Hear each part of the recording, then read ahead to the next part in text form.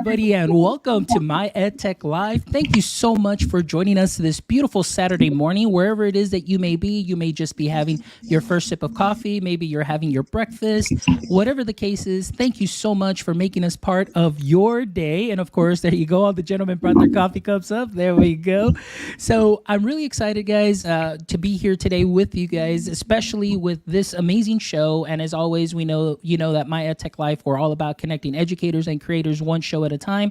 And today, of course, we're going to continue that with some amazing guests. We have two amazing middle school principals and podcast hosts. So they may look familiar. You may see them on Twitter, YouTube, Instagram, and Facebook. If you're following them on their podcast, Unlock the Middle, I am really excited to introduce you to Chris and Dean, who are here joining us this morning. Gentlemen, how are you this morning? Doing great, Fonz. Thanks so much for having us on the show. It's interesting being on this side of things. I know that I'm really excited to be able to share a bit with you and kick off the weekend in the right kind of way. Excellent. I'm humbled to be here, man. I said that in the pregame. This is just something that Chris and I are all about, giving back. And an opportunity like this, when it comes your way, man, you jump on it and you just try to shine the best you can. So thanks for having us. Oh, I love it, gentlemen. I'm really excited to have you guys here. Like I was mentioning to Chris, in the pregame, just, watching your shows, watching the way that you interact and allowing me, like I was talking to Tim Cavey the other day and I said, those two guys, they make me just like, I want to be a principal, and and you may even see my comments there say, man, you guys like inspire me to be a principal, and I'm not even on that track, but just the way that you do your answers, the way you, I don't know, man. I just can't wait to get into this conversation because you guys are definitely inspiring. So I'm really excited for you to share just, again, where you're coming from and, of course, your experiences. So before we get started, just add a little bit more of context here as far as, for each one of you. So we'll start with Chris. Chris, let us know a little bit of your background in education, or maybe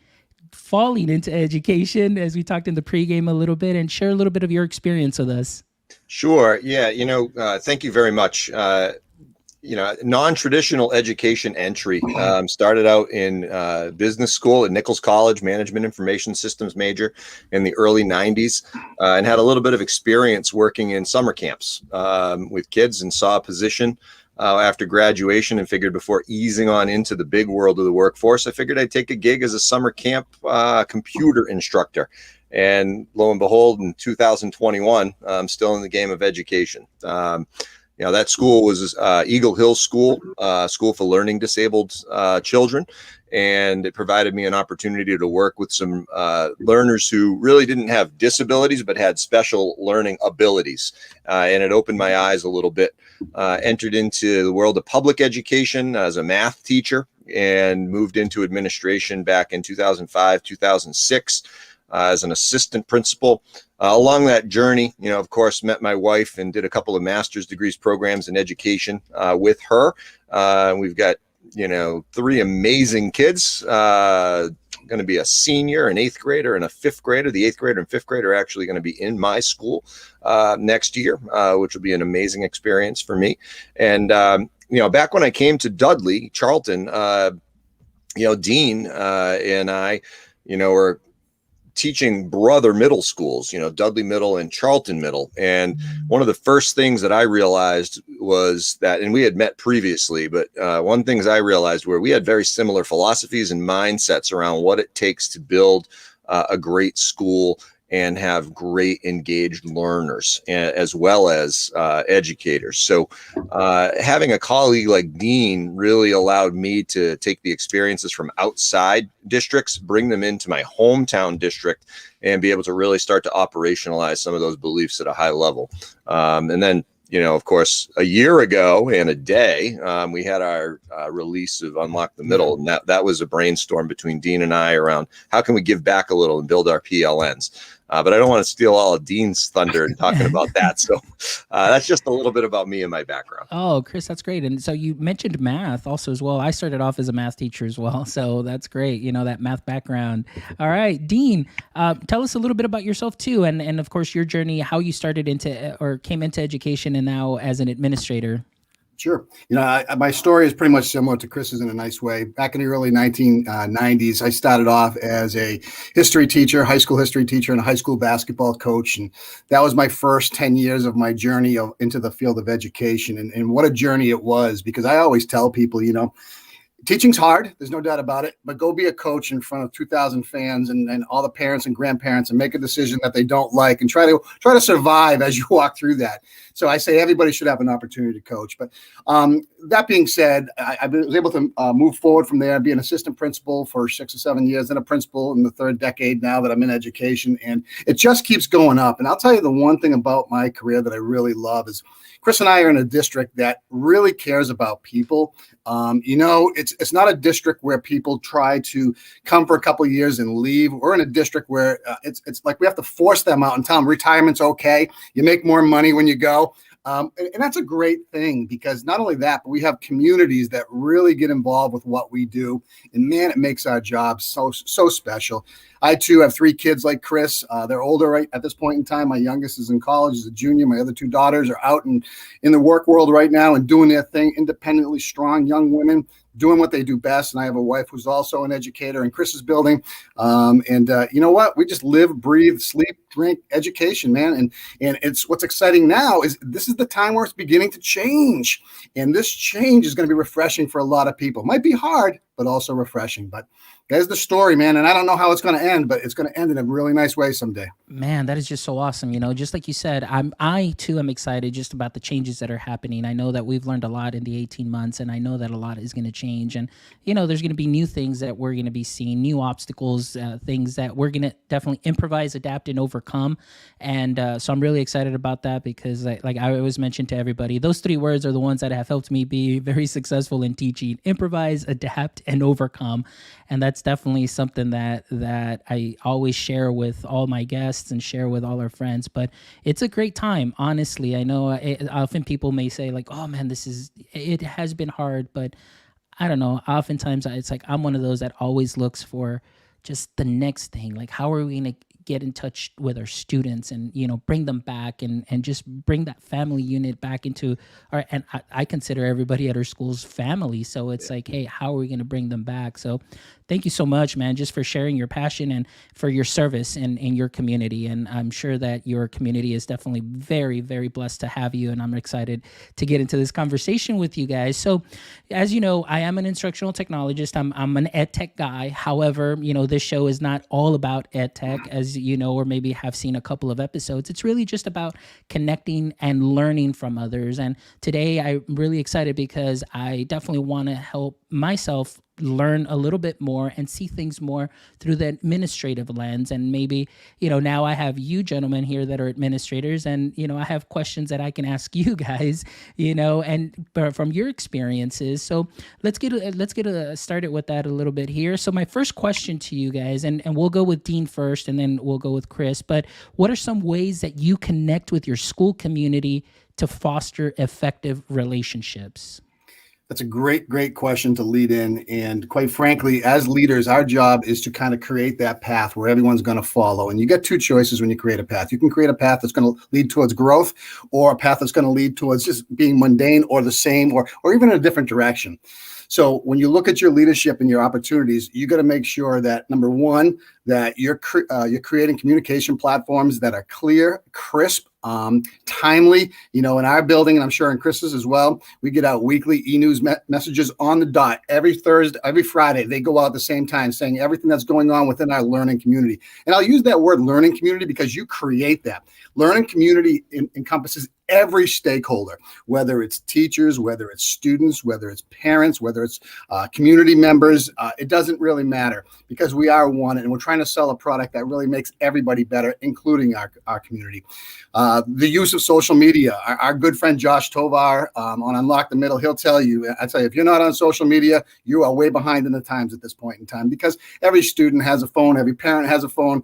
You can get a message out in a blink. We have our active Twitter accounts. We have our active Instagram accounts, Facebook accounts. Right now I've migrated over to TikTok. I didn't want to do that, and it's ugly and it's painful for me. But you know what? It's something that the kids can really connect with. So we as leaders have to find a way to find the path to to all of the people who are our stakeholders. And we do it with fidelity. We do it with heart. We do it with passion. And we do it in a way that just makes people say, these people who are sitting in the leadership roles are bringing people up. So again, we have a responsibility to our students, staff, and community, and we try to take as much opportunity as we can to make it as crisp as possible. Nice. All right, Chris. Not a lot left to say there, but we've got very similar approaches. And just so you know, Dean, I did have a couple kids reach out to me and ask me to get a TikTok going for DMS Titans. So I created the account, but I haven't yet done any of the dances. But I might get out there with the great girls love challenge. But I think one of the most important elements, and again, I echo everything that Dean said. We're very, very similar in terms of approach. And when Dean has an idea that makes sense for my learning community, I'm going to go ahead and accept that and pick it up. But I'm also not going to remain stagnant, with anything. If I find something from, talking to you today, Fonz, that makes a lot of sense for how we can build a stronger, more inclusive community and foster more effective relationships, I'm going to take that in. We're going to communicate that out. Maybe in the morning message to my faculty and staff. Every day they get a message from me in the morning. I used to call it the DMS Express, but I've migrated away from email and put it up into Google Classroom Stream for all the faculty and staff. So they can have one message, see one, and sometimes it's simple. Sometimes it's just, hey, today's got great potential. Let's go ahead and make this a great day by making great choices, building relationships with kids. But I think one of the most important elements at Dudley Middle School, it predates me, but we want to continue legacy, right? We want to continue to build and foster an inclusive community. On the outside of the building, right outside the principal's office on the front facade of the building are two words, and it's students first. Yep. And that mentality, it really drives everything that we do. We want to make sure that every child, every adult who walks through our building has a place. And they understand that if they're not great with athletics, guess what? They have other talents. We might be able to go ahead and get them in the art studio. We might get them on stage in the jazz band or the show choir. We might be able to go ahead and showcase their talents in the science area with science lab activities. Get them onto the math team. We want to build a community that's really inclusive. And then, much like what Dean said, through social media and email blasts, promote the heck out of the great things that are happening, because we can't take for granted that our communities know what it is that we do as a school. We're so much more, especially now, than reading, writing, and arithmetic, right? We're a community center. We're a community service organization that has to give back and build. One of the other elements that's super special about fostering relationships and community at DMS as well as CMS is the level of community service and outreach that goes on. We've got great connections with the local food shares. We've got great connections with other organizations in the town that we give back to. Our National Honor Society, our student councils go out and engage in community service. We're visible beyond the walls of the school. And both Dean and I are lucky in a way, and in some ways unlucky, but we're local guys. We live in town. So when we go to the supermarket, our principal hat is always on. When we're out on the ball field coaching or umping or reffing, we're representing our community. We're representing our schools. And that visibility and that connectivity helps give voice and cred to what it is that our faculty and staff are doing on a day in and day out basis. And that's the most important piece for me, is acknowledging their efforts, because they bust hump. And let alone the last 16 months has been unbelievable, and it's been all burdened on their backs, and they did amazing work. And it's important for the community to continue to remember that and reflect on that, because without those folks giving the all in the classrooms at both DMS and CMS, and I'm sure every school around the country, we wouldn't be where we are today, ready to transition back in the coming school year. Chris, I was out to eat last night with my wife, and three parents were there, and I had conversations throughout dinner. So again, when you say you live in the communities, and they were so appreciative of what we do and how our district has rolled things out, and like anywhere, nowhere is perfect, but they know genuine care, and they know when people are doing things in the best interest of kids. And when you say students first, that's the model that we beat our drum to. And that's something that's amazing, gentlemen, that I really enjoy. Like the fact that you're local, you're there, people see you, everything that you described, visibility, that parent engagement. And I get to work with parents and do some of the parent engagement here in our demographic area. It's mainly English and Spanish speaking. So I have had the opportunity, and it's just been just so amazing to be able to engage parents, where we do Technology Tuesdays, and we have meetings with parents. They come in, and then, I talk them through some of the platforms that the students are using, teach them, what to look out for, because especially for our Spanish speakers that may not have the digital literacy skills, at least they're there and I can explain it to them in Spanish, create some visual tutorials, or now they're able to kind of see and, kind of make that relation with, okay, this is what I need to do. This is what he said.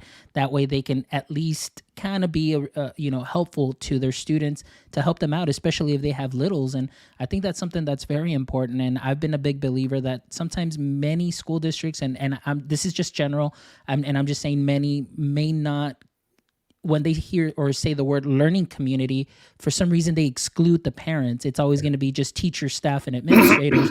But like you guys reaching out, making it visible, having the parents see the amazing things that you're doing, that definitely engages them, their stakeholders as well. And I mean, I'm sure that they're proud of where their child is going, and of course of the administrators and the teachers that are there. So I applaud you for that. The more visible you are, the better. And the accountability is there too as well. So yeah, man, that is amazing. I love that. All right, so let's move on to the next question that I have for you here, and we're going to be talking here about instructional leadership. So now this question comes with just a little bit of a background here, that many times, maybe there is a perception that teachers may have that say, oh, once they're a principal, it's like they forget what it's like to be in the classroom and things of that sort. And, so for instructional leadership, what are some areas of teaching and learning that you can lead in the school? Yeah, Fonz, it's a great question, and I appreciate the kind of the background behind the question. I think one of the most important things for educators and leaders in general in a school need to remember is the lens of the classroom teacher is something that we always have to be able to pull back out and look through. It's important for us not to glom on to some theory or some activity or some skill that we saw outside and said, you know what, every teacher in our building should be doing that. Teaching is very personalized, and to be able to provide feedback in a way that acknowledges areas of strength and also areas of opportunity. I think it's really important for educators and educational leaders to really understand that piece. So feedback, but always from a perspective of understanding. If we see a strategy at work in a classroom that was really effective, we want to acknowledge that, even if it's with a sticky note and it's not in a formal observation or an evaluation. The other side to this part is visibility and awareness, right? We don't want to be going into a classroom for the first time for an evaluation in a supervisory capacity without actually knowing and having a good background and connection to what that classroom typically operates like, right? So we want to have a high level of visibility. Anyway, going back to the whole point, I think it's really important to have an understanding about the risks that teachers take in their instruction. And if they're not taking a risk, it's because they might not know enough to go in a different direction. So set some seeds, give some ideas, and give some examples. Maybe a colleague down the hallway has a great idea of how to create a really solid open-ended question to present to kids. And this teacher that we're talking to really uses a lot of closed response type questioning. Well, we want to build their capacity. We want to get into that coaching mindset. Dean referenced earlier, as a coach, be able to get into that classroom, provide some idea, provide some direction, and provide opportunity for them to practice, but not evaluative from the perspective of being able to, really require change and shift. That happens in a private conversation outside of that classroom environment. But I think, for me, it's much more about being able to provide feedback from the lens of active learning, feedback to kids, and alternative assessment strategies. Those are kind of my big three skills that I think I bring to the game a little bit beyond just traditional supervision and evaluation. Excellent. Dean, how about yourself? Well, listen, I'm going to go back to the adage of coaching. When I accepted a leadership role, I told myself I'm no longer coaching a team of 13, 14 kids. I'm now coaching a building of 75 employees. Okay. And most successful coaches that I know have great ability to listen, to understand, and to plant seeds and promote growth. And if you're doing those things, things are going to be good. The teachers are true champions out there across the world. If you guys are listening, you guys rocked it. You guys are the reasons why we got through COVID. But I'm going to tell you this. I'm a champion of teachers.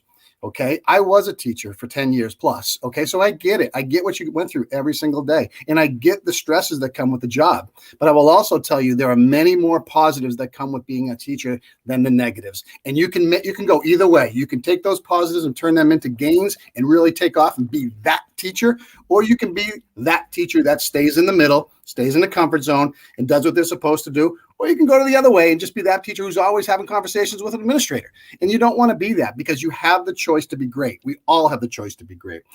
First and foremost, innovation and creativity. I'll say this for the day I'm done.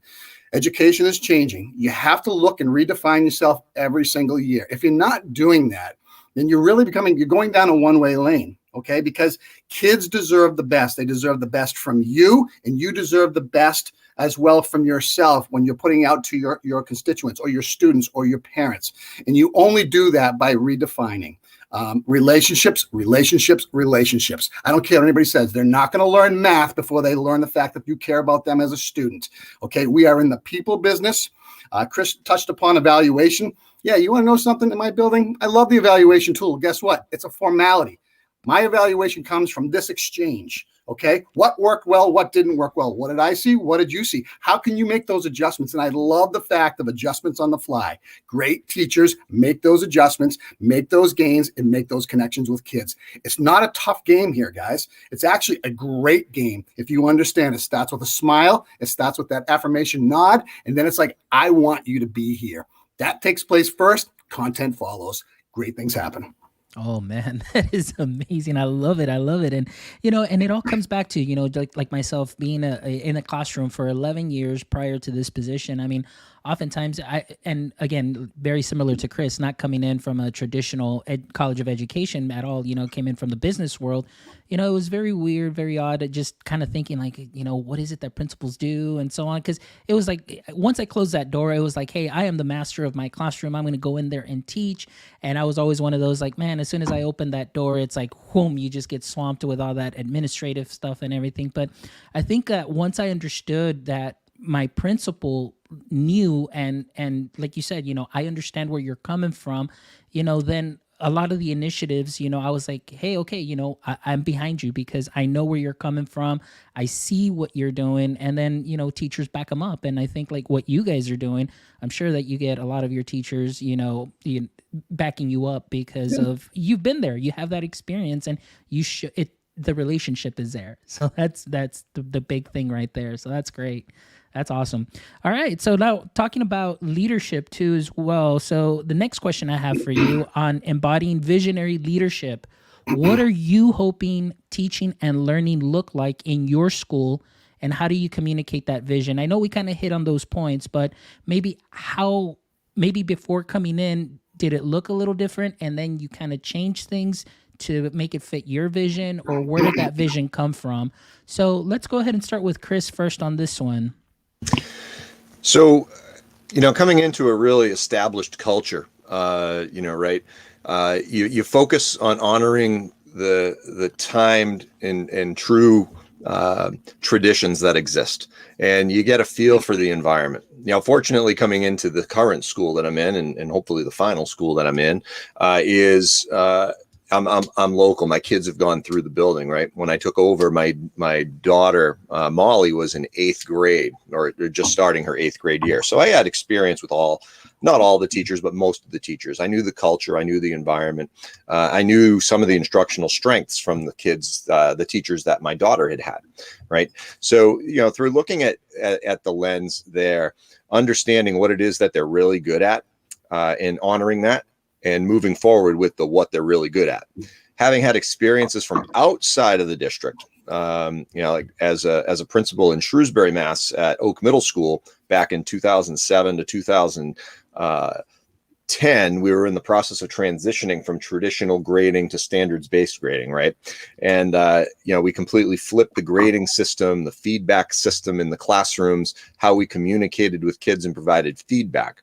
So I use that as an example of something that doesn't yet exist here in Dudley Charlton, but it's something that we can migrate towards. I'm not saying those of you out there now we're getting rid of grades, but what I'm saying is down the road, what is it that I hope, we're able to look like?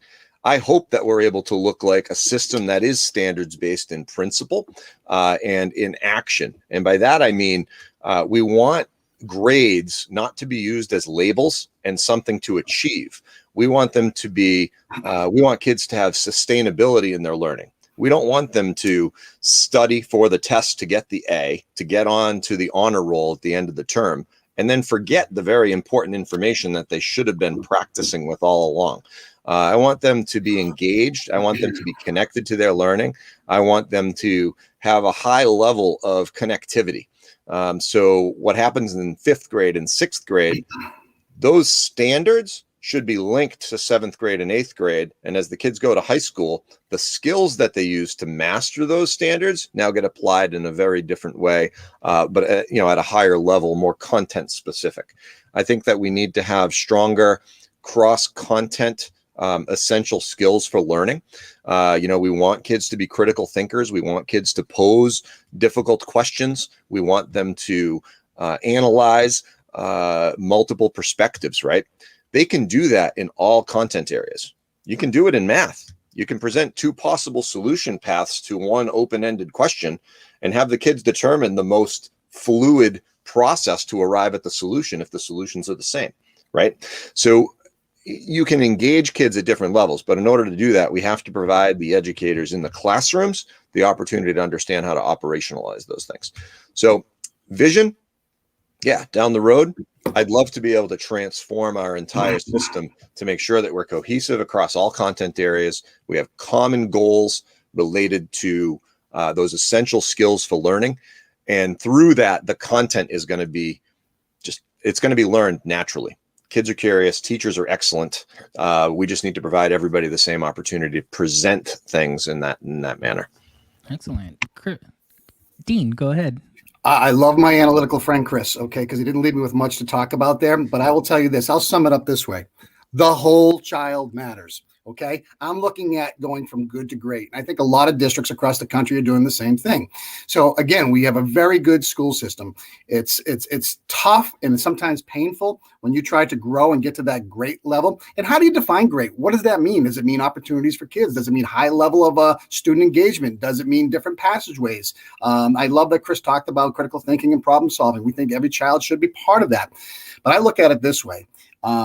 If we can imagine it, and we can dream about it, and then we can build it, guess what happens? Kids win, because then we start to morph towards what kids really need. I sometimes get a little bit saddened by the fact that we're not looking at 21st century skills for kids. We're looking at just content, Forget about it. The content will always be there and be part of what we do. How do we stretch kids? How do we make kids want to love being in school? If you master that, the learning will take care of itself, Yeah, we've got our Department of Education that's telling us everything that we have to do. We understand scope and sequence. The magic lies in the methodology. The magic lies in how a teacher brings to the table what they're trying to teach their kids and make those kids go home and just want to come back for even more in that classroom. When I start thinking about that, I start thinking about rock star educators who are middle marvel, and we talk about middle marvels all the time, that just bring the game. And it doesn't have to be middle marvels. It could be elementary, high school. It doesn't matter. You have the passion, you have the enthusiasm, you have the ability to adjust, create, adapt. You will be a rock star, and it will make a difference in any building. I don't care, from California to Massachusetts. That is what defines what public education should be, needs to be, as we all work towards greatness. Excellent. Now, let me ask you something just from my personal experience as well. I mean, I was at one teacher whose classroom looked or seemed very chaotic, but in the end, the kids ended up having the best results, and just because of the way that I taught. And like you said, the content is always there. It's all in how the teacher delivers it. And I always tell my teachers, look, you guys are already, rock stars in what you teach, but I always just try and help them by inspiring them to just add an additional little bit of seasoning to what they already do great, so they can kind of present it, because it's about learning experiences. But what about like those teachers sometimes feel that, just being very quiet and in order is the expectation of a principal? I mean, how do you put your teachers at ease? Maybe some first year teachers where maybe you come in and the kids, they're all just in a line, they're rows, and it's just quiet and orderly. Like, I've always been told, or at least I learned, it's like the quietest classrooms are kind of like, very scary when a classroom is very quiet. What are your thoughts on that? How do you give maybe your teachers some of that freedom or that comfort or autonomy within their class to, hey, just do what you do as long as you stay within the standards and so on? How do you handle those things? May I, Dean? Yeah. Yeah. You know what? I think well, first, you mentioned first year teachers, right? In order to become a first year educator in our building, you go through a pretty rigorous hiring process, right? And, the questions that we ask kind of give us a guide to, is this person going to be willing to take risks? Are they willing to be an innovator? Are they able to think outside the box a little bit? It doesn't have to be, crazy transformative. We want folks to be able to take risks. And some of the most successful first year teachers, and over the last several years at Dudley Middle, all of the first year teachers have taken at least one risk in presenting a unit in an alternative way, something that hasn't been done before. If we've had a veteran science teacher in the role and we've got a new science teacher who comes in, well, the veteran science teacher kind of has the unit plans laid out, right? And this has been working and it's been great, and that's the script, right? Nah, not necessarily. I don't know. I don't want folks to necessarily follow a script. And you know what? If it blows up, not literally because it was a science example, but hey, you know what? You learned. The kids still learned. It didn't go as planned. What are we going to do differently? What could we do differently? How could we make this be big? I think the idea of risk taking is super important, and to be able to embrace that risk and answer questions with I'm kind of a why not person when somebody brings something to the table. You honor everybody's experiences. A quiet classroom doesn't necessarily mean that learning isn't occurring. Okay. Because if I'm a classroom teacher and that's my style, that's my personality, but I have a really good relationship and I set expectations with the kids for what they're doing when the classroom is quiet, well, that's a good thing. But as a leader, it's my job to know that that's the norm and that's the culture of that environment. It's not to question the methodology, but we want to be serious about the data and the outcomes, and conversely, just because a classroom's crazy and chaotic and learning could be happening at a high level doesn't mean that it's learning in a chaotic way that's related to the standards. So we have to really delve in a little bit and understand more about what's occurring in that environment. And I think, if you don't mind me just chiming in right here, I think data and outcomes take care of themselves if you have a strong practice in place. And as a coaching mindset, I'm always thinking about that. If my practice plans are solid and I'm differentiating to meet the needs of all students, then good things are going to happen. So again, you can hear my dog barking in the background. I apologize right now. I don't know if someone's coming in or not, but something I wanted to say, and this is very simple. I do a thing called Future Stars with my new teachers, and we bring them all together in a forum and we just talk. And COVID allowed us to do this because we can do it on live with video. You've got 12, 13 new teachers, first, second, third year teachers. Come on in, no holds barred. Any conversation, any topic you want to talk about, throw it out there right now. Our job as leaders is to break down the walls of classrooms and get it out to everybody. Promote the heck out of what's going on from your greatest teachers that are out there.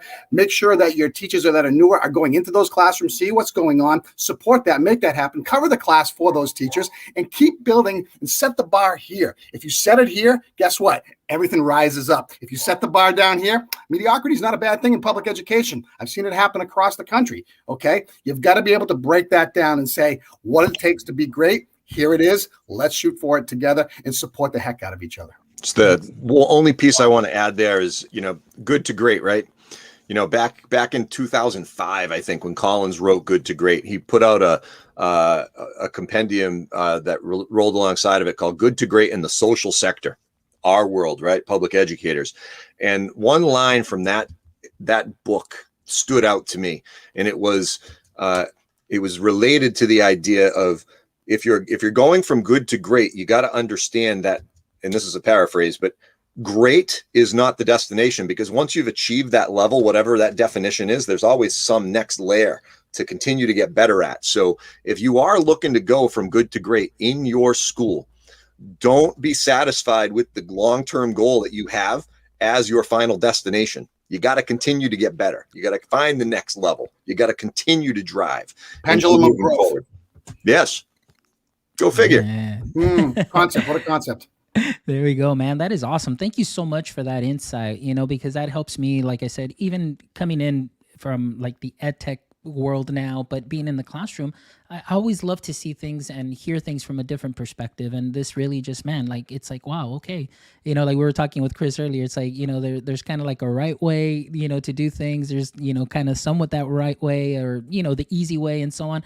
And now, man, I see like you guys are like, man, principals, you really have a lot that has to happen, a lot going on, and making sure that everybody is doing what they need to do. But at the same time, man, just that encouragement, that feedback, going in, talking to teachers. And like you said, even at that time where they may be vulnerable, that, man, that lesson didn't go well. All right, no worries. Hey, it happens, vulnerability. There's nothing wrong with that. Let's just work on that. What did we do well? What did we not do well? What can we improve on? And take it from there. And I think that level of support is very important at coming in from an administrator, because oftentimes, at least the perception and, being in the classroom, sometimes, you feel like, man, it's like your administrator's in a silo. They're just kind of like taking care of everything, all the administrative stuff and so on. But man, you guys wear so many hats. So, I mean, I applaud you guys for what it is that you're doing. But let's talk a little bit more here about leadership. So let's change the topic here for developing leadership capacity. How do you build leadership in your school? I know you've kind of touched on a couple of things, but are there some specific practices that each one of you brings to your campuses, to your teachers, to help develop that leadership? I guess I'll start with this one here. Chris and I both have what we call leadership teams, where we have representation from each grade level, where we talk and we dream, we build, and we kind of scheme together about what's good for students in our staff and in our direction of our visionary plan. We both have school improvement plans that connect back to our strategic action plan of our district. So we do have a pathway for success. But I will tell you this, even when we're building capacity for our teachers, our assistant principal, our counselors, our nurses, everybody in our learning community, it all starts with setting the bar up here with a common goal. Okay, if our goal is to improve opportunities for kids, okay, we're all looking to do that. Okay, and what we need to do when we're doing that, we need to keep an open door. We need to keep an open mind. We got to be able to say, come talk to me about something you want to try. These things are all important. Again, it goes back to the mentality of a teacher. Okay, we can never forget what we used to do at that point in time and the people who made us successful. And I can tell you firsthand, there's about 5 or 6 people in my career that helped me get to where I am today. So when I'm thinking about that, I'm saying, how can I make sure that every person in my building can get to where they want to be? Our job is not to put you in a classroom forever if that's what you want, okay? If that's what you don't want, excuse me. Continue your education. Go get those classes. You get on the track to be an assistant principal. Get on the track to be a principal. Get on the track to be a counselor. I don't care. Whatever you want to do, you as the teacher or the person in the learning community hold the key to making that happen. It's called initiative. It's called grit. It's called determination. Okay. And if you have those type of people that you hire, like Chris and I, when we hire people, we look for the it factor. It's not about how much content you know. It's not about really those little things. It's about, do you have the ability to make a room shine? Do you have an ability to really gather people around you? Because that's what great teachers do each and every day. So again, build a strong building-based culture, open door policy at all times, and find ways to disseminate material. Like in our weekly e-news that goes out to our staff, we have one for community and for staff. We're always putting in things, opportunities for growth. This is what it looks like. Here's what a clearly defined vision of an excellent teacher is all about. And it's not to say that you're not excellent, because what we don't know, we don't know. Even as a leader, I'm sitting here talking to you guys. I'm getting takeaways. I get notes all over my board right here in front of me, just from what we're talking about. Because sometimes as educators, we get caught in that undercurrent of what we do know. And stepping out of that undercurrent and swimming sideways from that, that riptide, makes you a stronger person. So I get excited about thinking about what tomorrow will look like. But every teacher that works in my building, every person that works in my building has an opportunity to go and do anything they want to do. Come and see me. Let's talk about it. Let's help get a path to make you get there. Nice. Yeah, we've got traditional roles and responsibilities, right? Dean hit on every staff member in his building, right? If an instructional assistant or a paraprofessional has an idea of how they can engage kids in a classroom or during an academic support section or an after-school experience, again, that why not? It makes a lot of sense. And you know what? It's something that may be simple enough to be replicated down the line. From a tiny pebble rolling down the mountainside, that can cause an absolute avalanche, right? So, I'm a firm believer in those types of opportunities. So yeah, we've got the formal leadership team, we've got our team leaders, we've got our student support team meetings that are met and structured. But real leadership capacity comes from wind underneath your wings, I guess. And you don't have to have a title in order to be a leader. So by acknowledging ideas, by acknowledging risks, by spreading the good ideas and extending those seeds, casting those pebbles, if you will, down the mountainside, you're able to build something that could be really special. A simple example for educators who are out there, we have in our 7th grade, we've got 2 separate teams, right? The English language arts teachers started to work together to write an Ed Foundation grant a couple of years ago related to a writing activity. They wanted the kids to become excellent writers. So what they did is they set the seed of a school-based newspaper that would be integrated into the ELA classroom, but across the entire grade. So every student would learn how to write a news article. Every student would learn how to interview. Every student would put into play some editing skills, peer editing skills. Exactly what I was talking about earlier, right? Standards-based education. You want the kids to be able to write, receive feedback, provide feedback, and then kind of reassess and reevaluate. They ended up getting this grant from the Ed Foundation, and now we've had a number of publications that have come out with articles written by kids for kids about our school and local community. But the level of engagement that occurred from that was exceptionally high. And we had students of all ability levels, whether they came in at a low ability to write versus a kiddo who might have been 2 or 3 grade levels above, they all were able to contribute at a high level and work together collaboratively. So those 2 educators weren't necessarily leaders in the building, but I'll tell you now, they transformed the approach to writing, and feedback and peer-to-peer connectivity didn't exist previously. That's leadership in my book, because they took that risk, they took that idea, they put it into operation, and it's something that anybody could pick up their playbook and put it into action if they wanted to. And if somebody chooses not to, that's okay.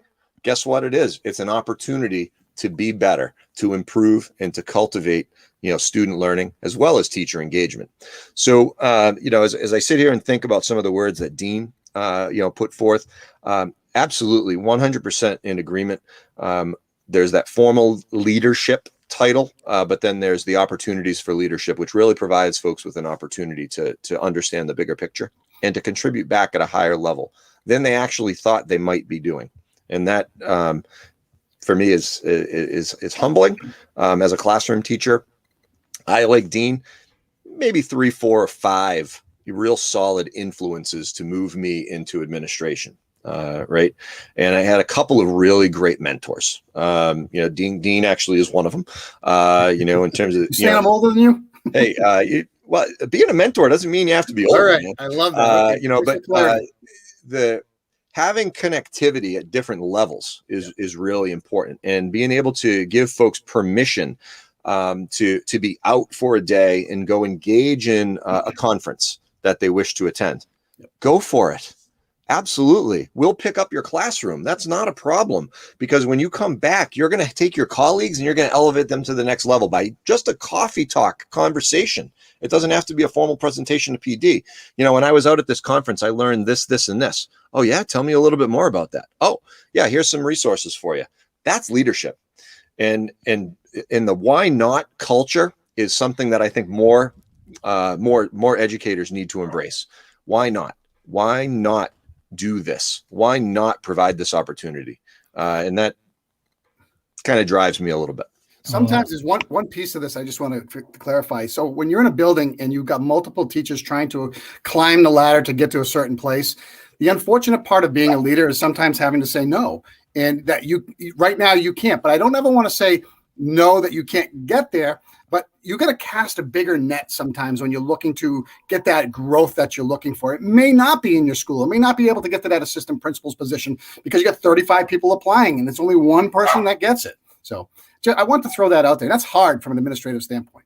Yeah, that's really great insight, guys. The way that you just shared that. I mean, right now is made a couple of notes here too, as far as the times and all that stuff. That way I can come back.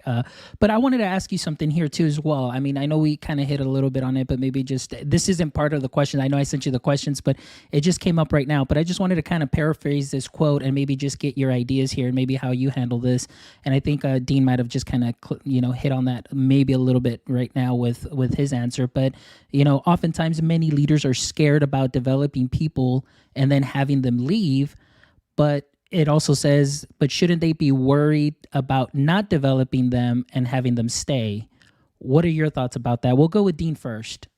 That's a tough one because there's always a sour feeling when you don't get the position that you sought out to get. And those conversations, at least with me, I always recognize people for their growth and where they're at. And I look at my journey in administration. I didn't get the first 3 or 4 jobs that I went for. I've been applying for superintendents. I've been a finalist. So I didn't get it. So I got a choice at that point in time. I can either be sour and say, oh, well, you know what, and blame the process or blame others, or say, okay, this just wasn't for me. The next one will be. I'm going to continue to make myself strong, fill my skills that need to be filled, and get to that level. That's a difficult thing to do. But again, skill sets never go away. As you create them and become better at certain things, you become better in the classroom. And that's what you have to have people understand. And that's called the internal pendulum of growth. And in the journey of education, even as leaders, even as superintendents, principals, even as cafeteria workers and custodians, you are trying to become better every single day because it serves kids and community. And that's why we do what we do. Excellent. Chris? Yeah, my thoughts on that, for example, if I've got an educator who came into the building and, they teach, 8th grade widget making, right? And they realize that middle school isn't where they want to be. And for whatever reason, it's the young adolescent, they have a typical difficulty relating to them, but they really love pre-K and K. And they go and they get that credential. I'm behind them 110% because while it may be sad to lose them because they're a great educator in my building, if I know that they're going to be happier and they're going to benefit kids, I want them to be able to follow their dreams. But I also want them to be realistic about what it is that they want to bring to the table down the road. So we'll have that conversation. What is it that's challenging about this age group? What is it that's difficult here? Are there things that we can utilize in the classroom that might make this a little bit easier for you to remain and to provide them opportunities to look at the situation from different perspectives? I would rather develop someone who is going to be happy and project into a school environment than feel as if they're stagnant and trapped. Now, does that mean I want all my teachers and staff members to leave and move on? Absolutely not. But being able to have the opportunity for them to grow, experience what they want to experience and provide and give back to kids, that for me is fantastic. Because what's going to happen is if that paraprofessional goes on to become a high school physics teacher, great. You know what? I'm confident that high school and those high school kids are going to have a great experience because that para developed their skills inside our building, learned from some of the best teachers that are out there, and went and applied those skills in the new position that they're in. I want that to happen. I feel sad that the person leaves, but professionally, I'm fired up and excited because they've got an opportunity to give back at a high level. One other thing that we didn't say here, and Chris and I both subscribe to this, the balance starts at home with family. And if we as administrators can say to you, hey, listen, get your stuff set before you come into school, because I guess what? You're going to be a better teacher because of that. Then we win. Do you need time? Do you need a day? Do you need this? Do you need that? Talk to us. You know what? We make that happen because it is family first. That is where your best employees, they're solid. They come in, they know when they cross the threshold, it's all about the kids right now, and they have less to worry about at home. And family first has always been something we've subscribed to as leaders in our district. Excellent. Great answers. Thank you, guys. I appreciate your insight. And then just here, our final question that we have, we may be going over just a little bit, but, this is just a great question that I wanted to ask you here. And I know you probably had some time maybe skimming through the questions if you thought about this. And we'll go with Chris first here. And wrong question. Nope, sorry. Here we go. Creating sustainable change. What will be your fingerprints on your building after you leave? So, Chris, let's say, future's here, and where do you see yourself in the next 5 years? Maybe principalship or even retirement. But what will be your fingerprints? What will you be leaving behind? Yeah, down the road, Fonz, it's a great question, and I'm not taking an easy out here. I don't want my fingerprints left anywhere. I want there to be, a really strong belief that the climate and the culture was created by all the members of the learning community. And by that, I mean, if I have an idea and I bring it in, I'm not the one who's doing the lion's share of the work to make the idea happen. I'm the one who's, kind of driving the ship, steering the ship, leading down the path. And that's my responsibility. I'm the figurehead of the building leadership, right? But that's not my accomplishment. That's not my win. That's not my victory. That's the faculty, staff, parents, and kids. Right. So, down the line, what I do hope for is that there's continued focus on the school community being a focus on individual strengths, academic, social, emotional, mental, being able to honor every individual and their strengths, and really that the school is a place where everybody is empowered. And everybody feels as if they belong. And we already have a great culture around that. So I think sustainability of that moving forward is really key. There are some things that I hope will certainly continue down the road. I hope my predecessor down the line maintains a social media presence. Maybe by then there'll be some type of automatic, intuitive connection with those in the audience as opposed to social media. But, everything from my, the silly Instagram of Mr. Star in the car, where I'm sitting there in the parking lot waiting for my kids and I film a 30-second video with a message to kids, to, the hashtag DMS rocks, icon that we got, out there, everything that we do, we want folks to understand a little bit about us. And ROCK stands for, being respectful, being optimistic, having high level of citizenship and collaboration, being kind, and being successful. So if we can hit those elements every single day, whether I'm there or not, that's not me. That's the team. And that's really what I want to have. And I hope it wasn't an out that I took there, but really that's what it is for me. It's about the team and them moving forward. Not at all. I think that's actually just a great fingerprint right there, Chris, because as you said, we've all had mentors and we've all had leaders that have touched us in a significant way, that have helped us and equipped us and believed in us. And, I don't think that was an easy out at all whatsoever, man, at all. How about you, Dean? What would your fingerprint be on your building after you leave? Well, first of all, Fonz, I'm going to say that was an easy out for Chris, because I didn't understand his answer, but I do know what he's talking about.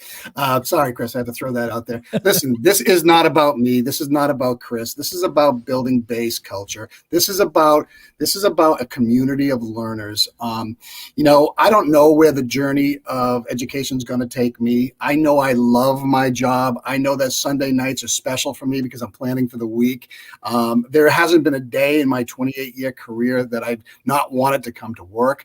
In fact, my wife will tell you that I overwork and I don't know how to shut things off. And that's a problem that I have that I'm dealing with. But at the end of the day, if my skill set can help a district, an organization, and or people become better at what they do, then I'm going to look for it, because that's the inner drive within me. But that doesn't mean that I'm unhappy where I am, because I could cruise out 5 years, retire here, go to another state, be a superintendent, do whatever I want to do, because it's about doing what you love.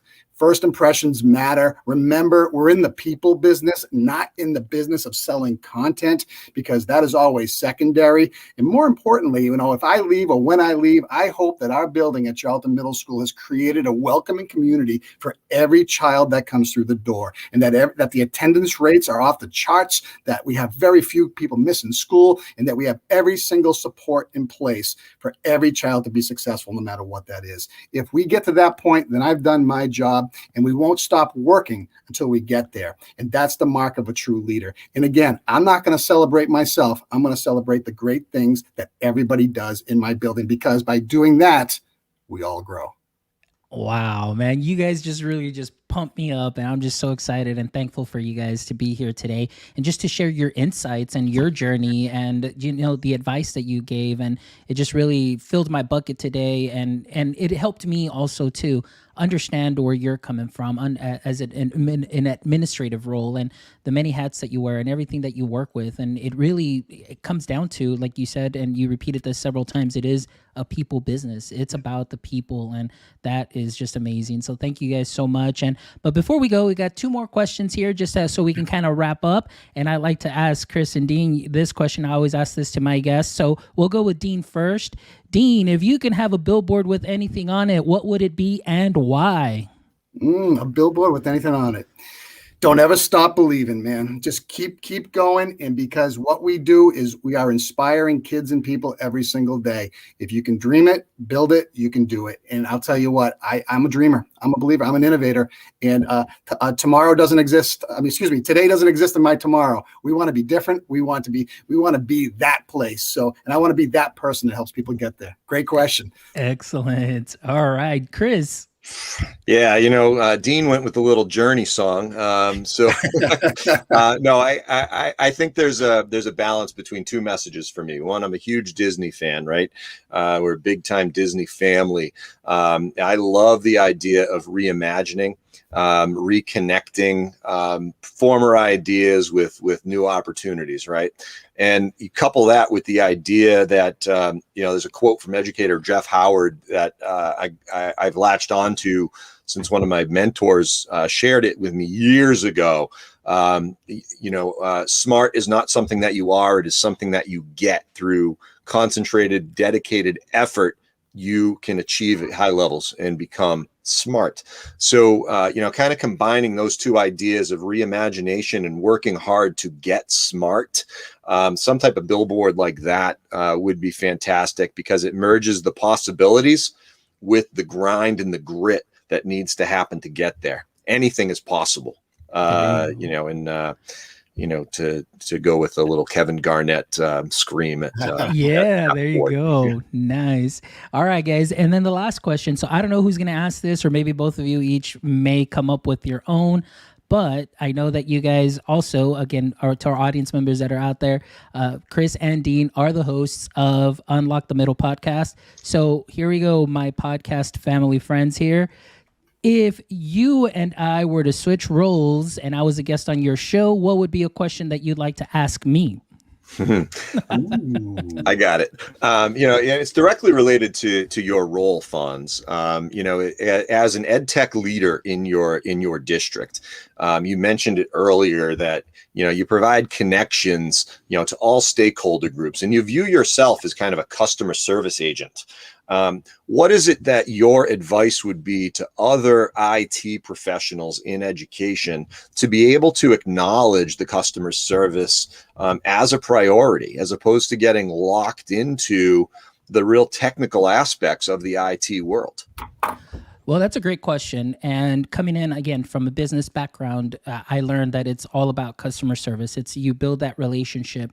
So many times you might have some IT people that may come in and they're not very familiar with the world of education and how teachers understand things or how they communicate. So as a teacher, I really have to know who my audience is, or even as an instructional tech, I need to know who it is that I'm speaking to, and I have to speak in their language, teacher language, and get away from all the technical terms and so on. But it's really putting yourself out there, not being afraid, and understanding that, you're going to be working with these people for many years, in the IT department, and you want to make sure that your levels of communication are there, that there is no obstacle there, that people can, just like with you gentlemen, how your teachers are able to approach you, that you as an IT specialist, instructional technologist, ed tech coach, whatever it may be, that you yourself are approachable. And keep in mind that I always tell myself, it's like, I always need to remind myself, I need to remain approachable and I need to remain coachable. So at the same time, I'm going to get feedback from my superiors and they say, hey, is there any way that you can do this? Or maybe we can change this, or what's working, what's not. And it's just really, again, comes down to what Dean kept saying and what you kept emphasizing too. It's a relationship. It's a people business. So, but don't be scared, just go out there, put yourself out there and build those relationships, and, things get a lot better. And the fact that I get to engage with curriculum and instruction, I get to engage with technology, that's also afforded me opportunities to engage with our federal programs, director also as well, where we do the parent engagement. So it's been great that I've been able to take the position that I have and opened it up and wear many hats as well and engage with many stakeholders. And, at the end, it's been just because of relationships and open communication. So my question's easy for you, okay? I'm not gonna make you go that deep into the weeds, but what's the greatest satisfaction you get from what you do each and every day? Oh, the greatest satisfaction that I get each and every day for me is when I am able to help a teacher just feel comfortable and that they know that I am there with them. And I always tell teachers, I'm not here to change what you're doing with any tech. As a matter of fact, I'm just here to help you be possibly a little bit more efficient, maybe increase your level of effectiveness only. So I tell them, I'm just here to add a little bit of seasoning to what you already serve that you do great. And to me, my level of satisfaction is that a teacher just adds that additional level of seasoning, and then I get an email or I get a phone call and say, hey, I tried it, check this out, this is what happened, and they just become thrilled, and that to me is, man, I know I've done my job, because that teacher feels more confident, they know that I'm there for them, but then in the end, the student also is able to learn something new and engage in a different learning experience. And that to me is what really fills my bucket, man. Chris, we got somebody coming on Unlock the Middle pretty soon. Check out Alfonso. I think so, Dean. Okay, there's another show we got to set up. Yeah, for sure. Well, gentlemen, thank you so much for your time. I really appreciate y'all. I know you guys have a busy rest of your day. You've got a lot of family activities planned and so on. So thank you again from the bottom of my heart, just for being very sincere, open, transparent, and inspiring to me, as I have seen you guys through many shows. You guys, I always tell Tim Cavey, I was like, these guys make me want to be a principal. So maybe, one day there might be, Principal Mendoza out there, we never know. But thank you guys so much for your time. I appreciate y'all. And just let us know again, where can our audience members connect with you? Where can they find you? Go ahead, Chris. Yeah, the easiest thing for anybody out there is to just search Unlock the Middle on Twitter, Facebook, Instagram, YouTube. We've got a Google website out there, Unlock the Middle. Check us out. We've got the video archives up there that Dean keeps up fantastically. We've got over 150 episodes of interactions, from working with classroom teachers to, national, authors and leaders in the field of education. The past year has been a whirlwind. If I can, Fonz, I'd just like to say to Dean, my partner, happy anniversary, brother. We celebrated our 1-year anniversary yesterday with Unlock the Middle, and we're looking forward to, blazing down the road. We got some great partners, AJ Bianco being one of them, who's, working with our assistant principal roundtable, Josh Tovar, tremendous influence, Joe Pisha, great staple, out there, classroom level folks from Jersey. You know, we got Joe Pizzo, who's a big part and big influence on us, and you know, a couple other names I'm sure that Dean can. Jennifer Ingold out of New York, and we've got some real good expansion ideas coming.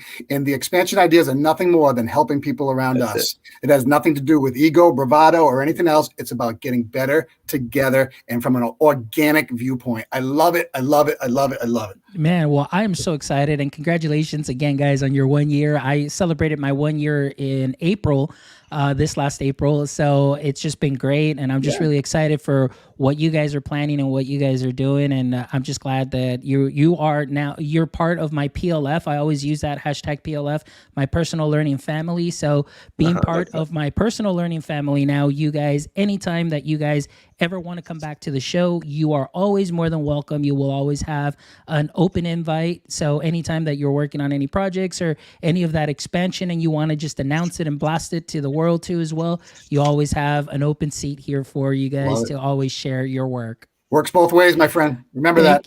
Thank you. I appreciate you guys. And to all our audience members that are watching us live, thank you so much. Those of you that are going to be rewatching this or, you know, checking us out, please make sure you visit our website at myedtech.life, myedtech.life. You can check out our previous 76 episodes. You can check out some amazing educators, education leaders, creators as well. As you know, the show is all about bringing educators and creators together one show at a time. So we're excited for what we've been able to accomplish thanks to your support. So go visit us, give us a review, give us some feedback. We'd love to hear from you.